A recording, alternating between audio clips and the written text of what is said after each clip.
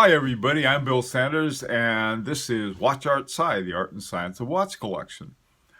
Today we're going to talk about the work of F.P. Journe. I'm wearing one of my F.P. Journe watches. This was a very early one. This one is from 2002, right after we got started as a watch company. So in understanding F.P. Journe, we have to understand that his style and his watchmaking is very French. It's true, his company's located in Geneva, Switzerland, but believe me, very much of a French watchmaker. Now he graduated from the Paris Watchmaking School in 1976, and in 1977 he became an apprentice for his uncle, who was restoring watches in Paris, and the restoration was of antique watches and clocks and so forth. And so he really learned a lot about the techniques and styles of the history of mechanical watches. Now, during this time, he started making his own watches, and by 1983 he had made his first tourbillon. He had worked on it for, I think, like something like 5 years. Tourbillons are not easy. 1987 he had a planetary watch that he made. Also, too, a planetarium in London had hired him during this period to create a mechanical planetarium. It was really interesting. This company, it was let me see, the name of it was Asprey.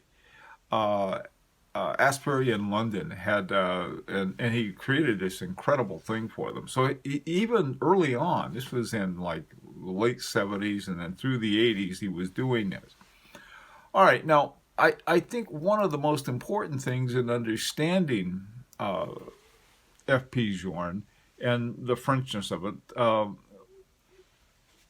Abraham Louis Breguet was the genius watchmaker in France, and in fact in the world for during his time. He was the watchmaker to the King of France, Louis XVI, and he invented all of these different kinds of things that he did. Now, his work in terms of watches was he created all kinds of very interesting ones. But one of the sort of the biographer, I guess, sort of the mechanical biographer of his work was George Daniels. And F.P. Journe took George Daniels for his own. All right, he treated him as mentor. A few years before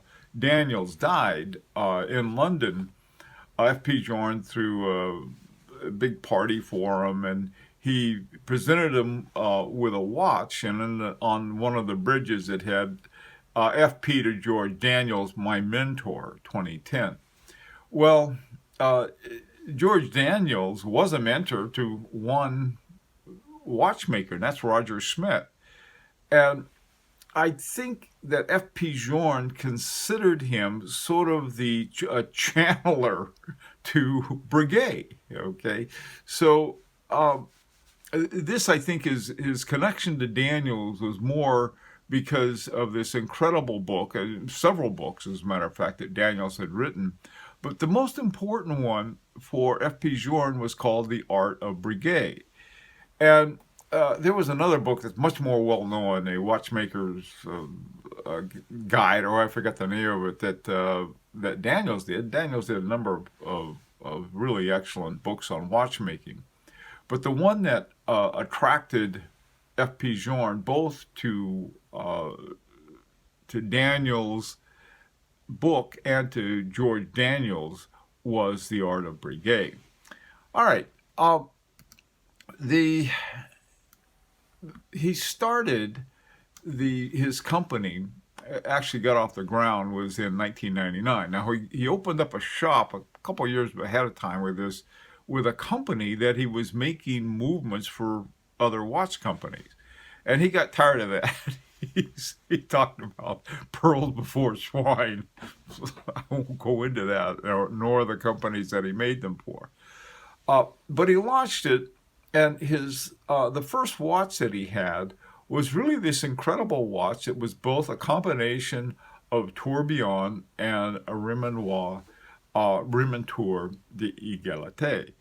And he combined these two very complex systems together to launch for his first watch. And he followed these up in 2002 and 2001 after 1999 with a chronometre à raisons. This is this one. It's the same face and everything else. In fact, that's a picture of it up there. And he followed that with the Grand Petit Sonnerie.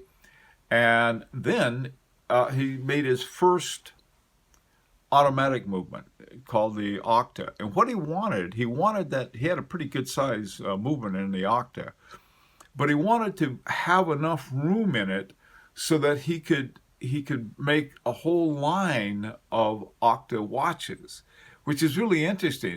With the Souverain line, there were a lot of different movements that he had, but he wanted for the Octet, for the automatics, he wanted to have one important base movement. Okay,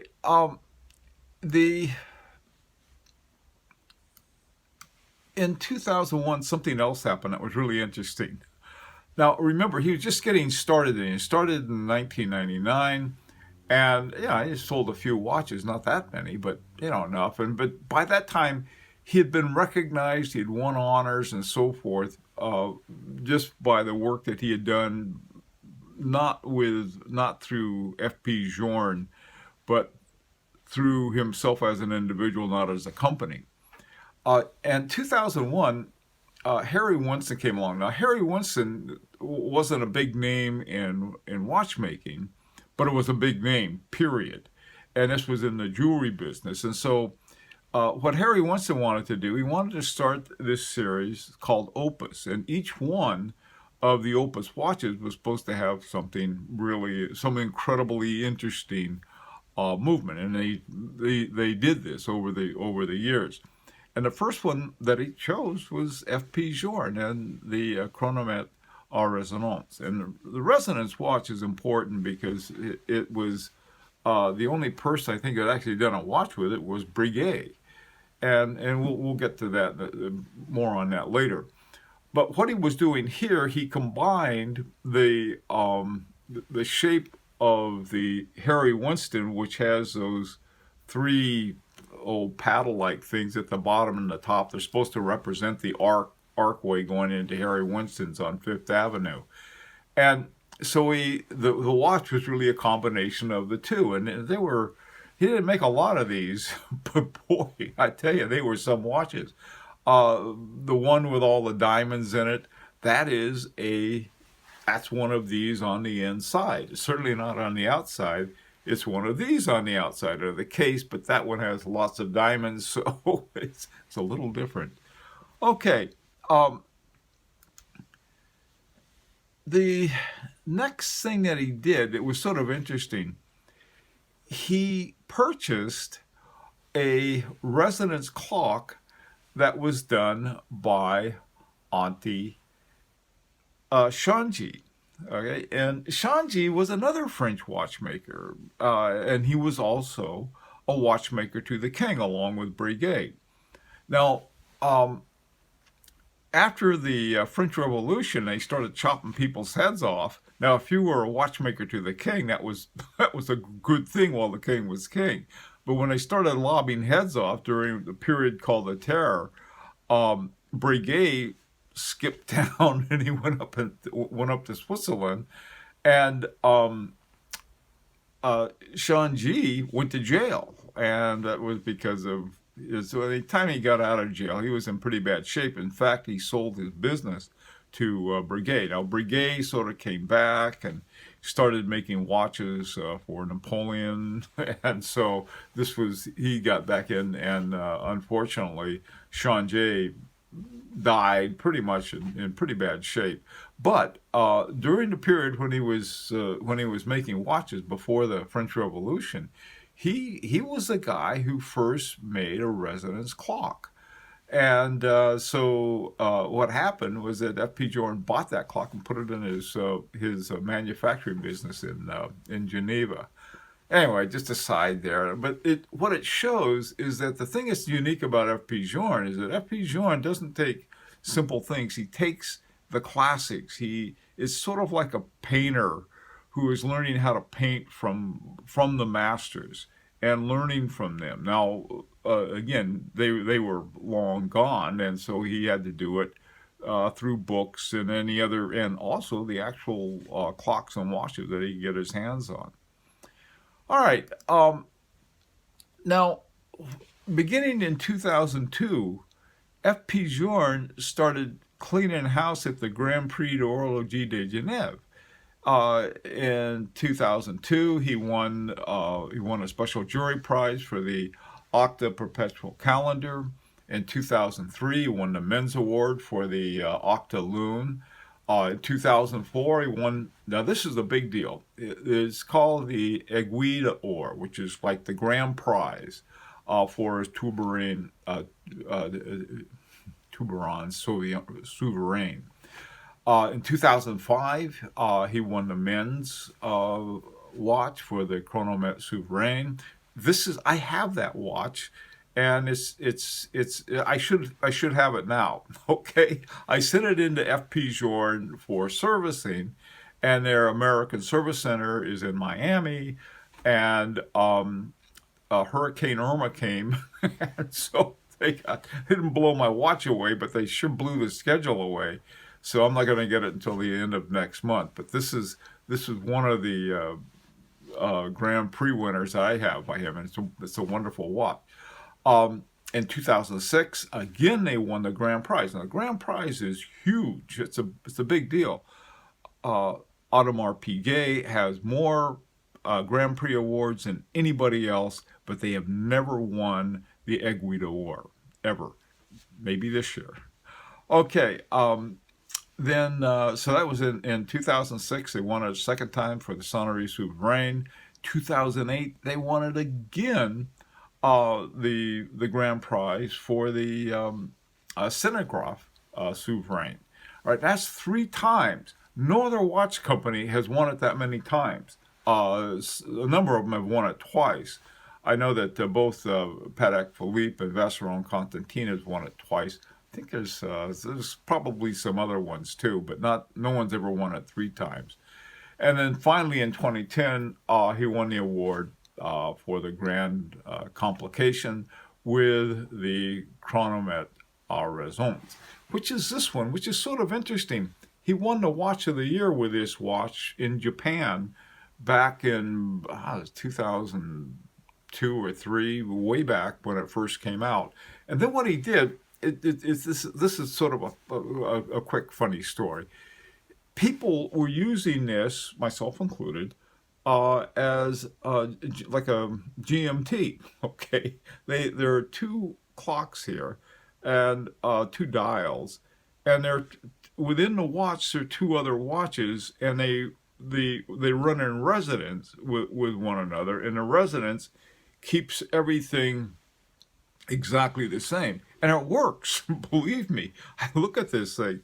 Well, after I found out that apparently he got mad at people who did that, he changed the dial, and so one is on like a 24-hour, and the other one is on this one, but otherwise it's the same movement. He had 3 versions of the movement.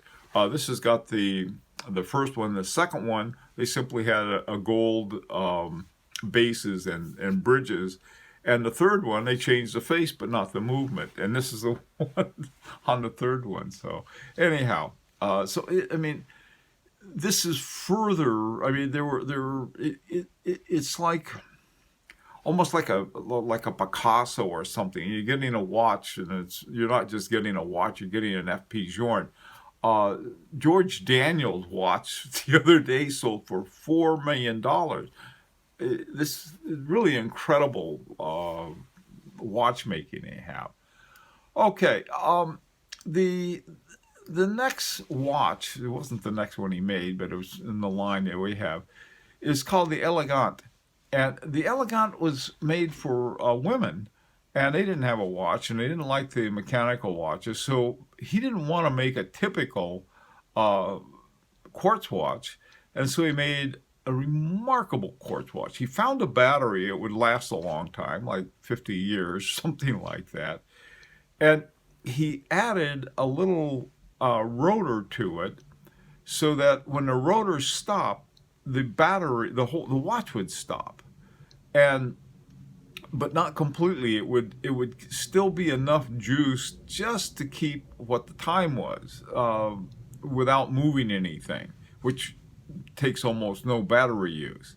And then when they picked up the watch and moved it, just like a an automatic, it would spin around and wake up the watch, and it would then zoom to the correct time. It was really an amazing thing. So he made the quartz. He also made the quartz movement to it. Well, this watch, I'm not sure how well it did, but there were a number of men who are saying, "Hey, this is sort of a cool thing. We'd like one too." And so he made a 48 millimeter version, the one on the right over there. So this was another innovation. I mean, it doesn't just say, "Oh, well, I'll whistle up ETA and they have lots of quartz movements. Who cares? It's quartz, not FP Journe." The the next one I look at, these were made in limited editions, and I'm almost hesitant to talk about them because I like to talk about the watches everybody can get.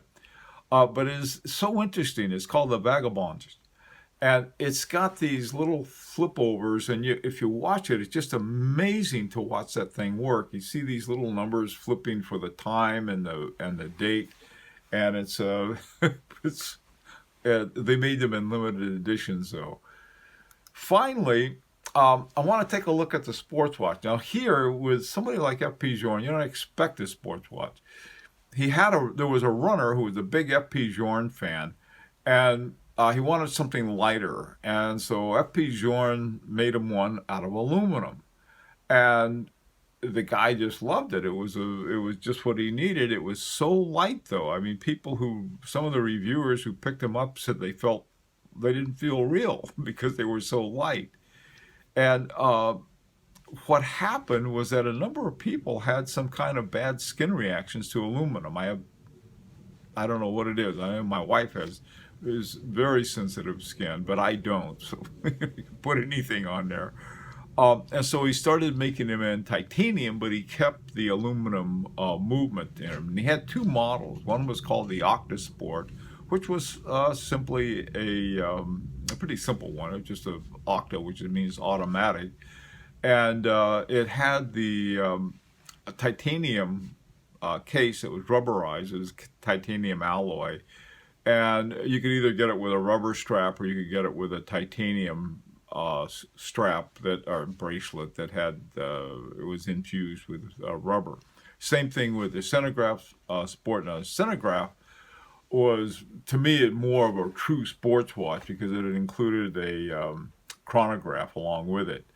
And both of these watches are, the same kind of quality that is everything with FP Journe, and they really represent to me what a sports watch in so many ways. Now, most people aren't going to spend this kind of money on a sports watch. I realize that. But boy, what sport watches? I mean, the consideration for weight and all of these other things, not just, I'm going to have a tough watch, I'm gonna make something that a person in sports can use.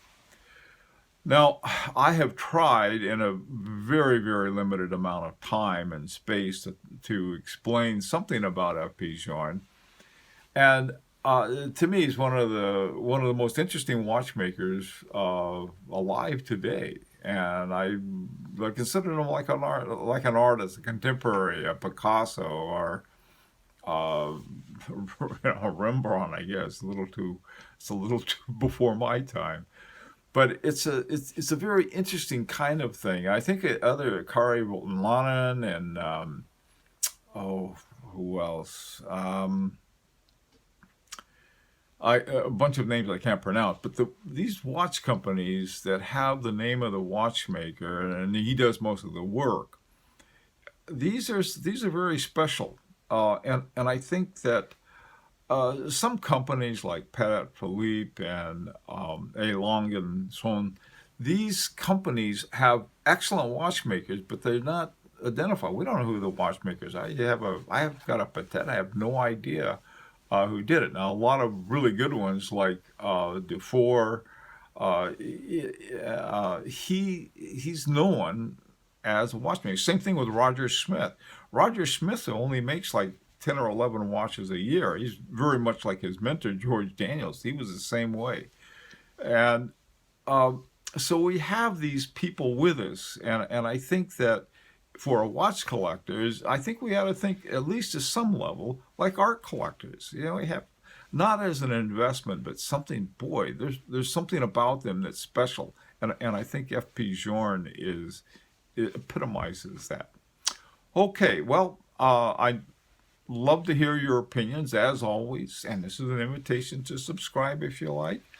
And let's hear what you have to say. The comments section, I'd be very interested in it. And see you on Sunday. Take care. This is Bill Sanders for Watch Outside, the Art and Science of Watch Collection.